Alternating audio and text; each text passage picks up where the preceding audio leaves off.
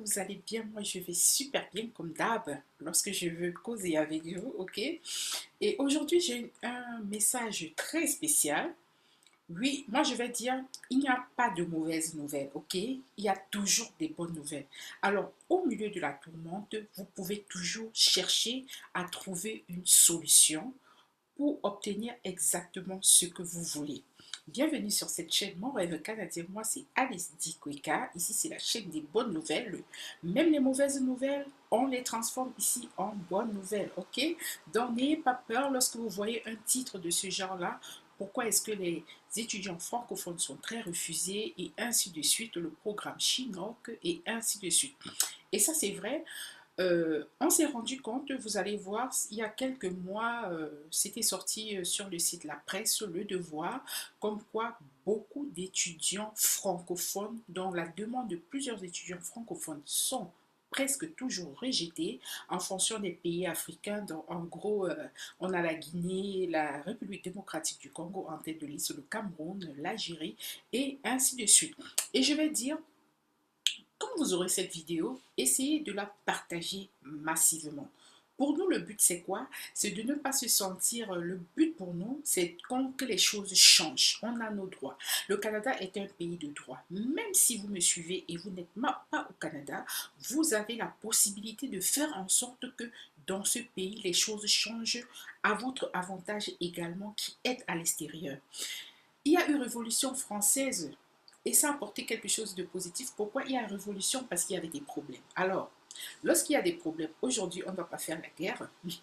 Notre travail, c'est de distribuer massivement afin que les autorités canadiennes soient au courant que nous ne sommes pas contents. Il ne s'agit pas de faire la guerre. Il s'agit juste de les interpeller, il s'agit juste de sensibiliser les autorités, comme quoi nous, en tant que francophones, on a le droit de venir au Canada étudier. Pourquoi est-ce qu'on va accepter les Indiens déjà qui ne sont pas francophones et surtout, c'est surtout le Québec qui refuse comme ça. Pourquoi on va accepter les Chinois, on va accepter facilement les Indiens au Québec alors que nous, les francophones, nous parlons le français depuis longtemps. Donc, mon but ici, c'est que vous partagiez cette vidéo massivement. Le but, c'est de sensibiliser les autorités, surtout québécoises, et puis les autorités du reste du Canada, afin qu'on laisse l'accès également, qu'on donne les mêmes chances aux étudiants africains francophones qu'aux Indiens qui ne sont même pas des francophones et également aux Chinois. Nous ne sommes pas la classe ok, du bas. On est des êtres humains, on a nos droits et il faut les faire valoir. Parce que si nous ne crions pas afin d'obtenir nos droits, ce n'est pas une autre personne qui va nous pousser, qui va nous aider à obtenir ces droits-là. Ce n'est pas les Chinois qui vont aller crier sur les toits comme quoi nous avons besoin de nos droits. Ce n'est pas les Indiens qui vont le faire, mais c'est à nous qui sommes sur Internet aujourd'hui parce que grâce à Internet, on peut changer beaucoup de choses. Et encore, je dis, je n'incite pas les gens à la guerre, ok? Le Canada est un pays de droit. Moi, je suis au Canada, je suis bien, mais je ne suis pas d'accord qu'on empêche d'autres francophones d'entrer sur ce territoire. Parce qu'après tout, si on ne laisse pas passer les francophones, le Canada va devenir totalement anglophone. On est environné par les États-Unis, donc il faut qu'on donne la chance aux étudiants francophones de pouvoir faire leurs études au Canada et ainsi de suite. Et le gouvernement disait tantôt, ouais, c'est parce que on ne sait pas s'ils vont retourner dans leur pays, mais attendez, les Indiens arrivent presque tous ici et presque personne ne retourne. La même chose pour les Chinois, donc Toronto est plein de Chinois, plein d'Indiens. Où sont les étudiants francophones? J'en appelle à la distribution de ce message, ok? Et à tous les nouveaux abonnés, je dis bienvenue. Donc, suivez cette vidéo pour voir comment vous abonner, activer la cloche de notification, partager massivement afin que la communauté s'agrandisse. Pour vous abonner, n'oubliez surtout pas d'activer la cloche de notification. Vous cliquez sur toutes. Et une fois après avoir cliqué sur toutes, merci de liker. Et n'hésitez pas également de cliquer là pour partager sur Facebook ou bien sur WhatsApp ou sur tout autre réseau social. Et pour la suite, je vais vous montrer, n'oubliez pas toujours d'aller dans la barre de description. Comment vous allez dans la barre de description? Vous voyez là, c'est mon logo, mon rêve canadien. Et vous voyez ici, c'est le début de la barre de description. Vous cliquez juste plus. Et lorsque vous cliquez plus, voilà, j'ai mis tous les détails. Comment faire votre CV? Comment me contacter? Vous avez également le lien du groupe Telegram parce qu'actuellement nous avons le groupe Telegram. Voilà, il y en a qui me posent des questions comment rechercher un emploi. Vous avez toute la playlist dans la barre de description.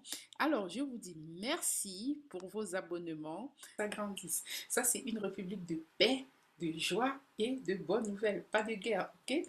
Pas d'insultes, pas d'insultes, de discrimination, de ceci, non. Ici, il ne s'agit pas de discrimination, il s'agit juste de faire valoir nos droits. Je vais partager l'écran avec vous et je vais vous raconter avec preuve à l'appui, comme d'hab. On y va. Là, c'est le Devoir, le site du Devoir. Les régions plus touchées par le refus d'étudiants étrangers. On va commencer par là. D'abord, et nous savons que le Québec, c'est une région francophone. Le Québec m'a accueilli en tant que francophone et moi j'aimerais que le Québec, surtout les universités, accueillent autant de francophones parce que sinon le français du Québec va mourir. Ce sera l'hécatombe de ce côté-là. Taux de refus à l'Université du Québec à Trois-Rivières, 79%. Là, c'était en 2021. Sachant que nous sommes juste, on venait juste de démarrer l'année. On est dans le 4e mois de l'année. Et l'Université du Québec en Outaouais, 73%. Donc, vous voyez, le refus des étudiants africains est tellement élevé. Et ils disent que l'Université du Québec, qui admet beaucoup d'étudiants d'Afrique francophone, a vu plus de 70% de ces 2000 étudiants étrangers. Ah ouais, voilà. Ce n'est pas les universités qui refusent, c'est le gouvernement. Donc, lorsque vous soumettez votre demande, vous avez obtenu l'approbation des universités. Voilà, le gouvernement rejette les demandes. On a là même jusqu'à 80%. En 2019, c'était 80%. Selon les données d'IRC, sur les quelques 2000 provenant de l'Algérie, on n'en a eu que 20 qui sont venus. Oh my God. Oh my God. Non, regardez vous-même. Sur 2000 demandes, il y a seulement 20 personnes de l'Algérie qui ont pu arriver ici au Canada. Et ils disent ici, on ne veut pas dire que ce qui arrive est 100% la faute d'IRC, mais on demande que ce soit traité équitablement. Pourquoi ces cégeps-là sont pénalisés? Parce que lorsqu'ils rejettent les demandes des étudiants qui vont dans ces cégeps-là, c'est pas également bien pour l'image de l'université parce que du coup, les autres étudiants auront l'impression que voilà, si je postule dans cette université-là, on ne va pas m'accepter. Et on dit ici, le plus gros problème, c'est justement qu'on nous dit qu'il n'y a pas de problème. Aïe, aïe, aïe, aïe, aïe. C'est des trucs que je n'aime pas. Pourquoi le problème? On soumet 2000 demandes, il n'y a que 20 demandes qui sont acceptées et vous demandez c'est quoi le problème, on vous dit il n'y a pas de problème. Alors, il faut qu'ils nomment le problème parce que pour que les étudiants puissent améliorer les choses, il faut bien qu'on nomme le problème, qu'on dise par exemple l'argent que vous avez raconté dans la somme que vous avez dans le compte n'est pas suffisante et ainsi de suite. Maintenant, c'est la nouvelle, c'est que ils ont un programme qui s'appelle le programme Chinook qui traite environ 1000 demandes en un temps record. Et c'est ce programme-là qui rejette selon certains critères. Hein. Ok, Afrique francophone, non. Chinook, lui, il n'aime pas l'Afrique francophone apparemment. C'est un système qui manque de transparence. Les demandes sont traitées en vrac avec des résumés pour les agents. Et ça, c'est problématique. Par ailleurs, un responsable d'immigration a indiqué devant les tribunaux que les notes de travail des agents ne sont pas conservées et doivent être supprimées pour des questions de vie privée. Je ne sais pas si vous voyez un peu le côté malsain qu'il y a derrière toutes ces décisions-là. Donc, du coup, on détruit les données parce que voilà, on ne veut pas de traces. C'est un peu ça le but. Parce que quand on détruit, c'est pour détruire les traces. Aucune considération légale spécifique n'a non plus été étudié, est-il souligné dans ce témoignage. Vous voyez le témoignage, je vais mettre ça dans la barre de description et vous-même, vous allez prendre la peine de lire. Et on dit là, alors que le gouvernement fédéral envisage une politique en matière d'immigration francophone et des corridors d'immigration pour pallier les besoins criants de main-d'œuvre dans certains secteurs. L'Association des collèges et universités de la francophonie canadienne vient elle aussi de hausser le ton. Cette situation déborde des frontières québécoises. Même les Québécois ne sont pas trop d'accord avec cette manière de faire. Et puis, nous allons continuer là sur le site du Devoir. Et puis, vous allez voir le pourcentage des pays, en fonction des pays, le pourcentage de refus des étudiants francophones. En tête de liste, nous avons le Congo-Brazza. 92% de demandes rejetées en 2020. Maintenant vient la Guinée, 91%. Et ensuite, c'est le Bénin, 88%. Et le Cameroun, ensuite, 87%. On a la République démocratique du Congo et puis l'Algérie. Donc, vous voyez qu'au fil des temps, le refus est massif. Là, si on ne fait pas quelque chose, si on ne partage pas l'information, si on ne montre pas notre indignation, ça veut dire qu'on va arriver à un moment où ce sera 100% de refus. Donc 2000 demandes vont arriver et on va dire non à toutes les 2000 demandes, comme ça là on va. Il n'y a que le Maroc qui est totalement accepté. Pourquoi? C'est quelle entente qu'il y a entre le Maroc et eux, je ne sais pas beaucoup, mais déjà là c'est une bonne chose. Bon, le Maroc selon moi c'est un pays africain, même si c'est l'Afrique du Nord. Dans les autres provinces, l'Inde présente une grande partie du bassin d'étudiants étrangers, mais son taux de refus est beaucoup moins élevé que pour ces pays francophones. Et pourtant, les Indiens, c'est des anglophones. Ils doivent apprendre le français. Nous, on n'a plus besoin d'apprendre le français. Alors, on doit nous laisser étudier partout au Canada dans les universités francophones, là où on veut. De la même manière que les Indiens, les Chinois, nous avons également nos droits. Nous ne faisons pas partie de la race, non, du bas peuple, non, non. Moi, je dis non à cela. Moi, je ne fais pas partie de la race, je ne sais pas, du bas. J'ai les mêmes droits que les Indiens.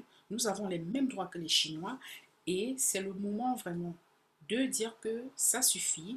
Et même quand vous avez reçu un refus, écrivez à ces universités, ça c'est mon point de vue, hein, et dites-leur que voilà, vous avez lu sur tel site comme ça, comme ça, comme ça. Vous envoyez même le lien de ma chaîne et vous dites que vous n'approuvez pas cela. Vous avez vos droits. Parce que nous sommes tous des humains. Il n'y a pas une catégorie d'humains qui ne peuvent pas étudier, ok? Et en plus, nous parlons le français. Donc, je ne trouve pas, je ne conçois pas qu'une université francophone rejette la demande d'un francophone sans dire exactement les raisons. Si peut-être les francophones de ces pays-là, du Cameroun, du Congo, des deux Congos, de l'Algérie, si peut-être ils ne savaient pas parler le français et peut-être ils n'avaient pas donné tous les documents, là, oui, on comprendrait. Mais qu'arrive-t-il lorsque la personne soumet sa demande et puis vous dites juste non, il n'y a aucun problème? Donc là, c'est pas normal. Je trouve que c'est quand même ça dénote quand même un certain manque de respect. C'est un certain manque de respect quand vous ne dites pas directement à quelqu'un où se trouve le problème afin que la personne puisse corriger et même les autres personnes qui vont venir après elle puissent corriger. Donc, nous devons pousser le Québec et surtout le reste du Canada à rectifier le tir, à corriger ce problème-là et même à nous faire sauter ce programme chinois qui nous empêche, nous les Africains francophones, d'avoir accès aux études, donc d'avoir accès vraiment aux grandes universités québécoises et également aux grandes universités canadiennes, parce que nous, on a également le droit, ok? Nous avons le droit aux grandes études, nous avons le droit aux études universitaires, et pourquoi pas, nous devons également avoir le droit aux formations professionnalisantes, si on peut dire ça comme ça. Si on choisit de dire, voilà, nous allons venir pour étudier juste pour 2 ans afin d'être rapidement productif sur le marché du travail, le Canada, le Québec, toutes les 10 provinces, les 3 territoires doivent nous ouvrir les portes parce que nous avons également nos droits. Sinon, j'en appelle à la Cour internationale de la Haye. Ok? Alors, sur ce, je vous dis bonne journée ou bonne soirée. Merci de m'avoir suivi. Si vous avez aimé, n'hésitez pas de liker, de partager, d'activer la cloche de notification. Et merci de participer au challenge 100 000 abonnés avant la fin du mois de juin 2022.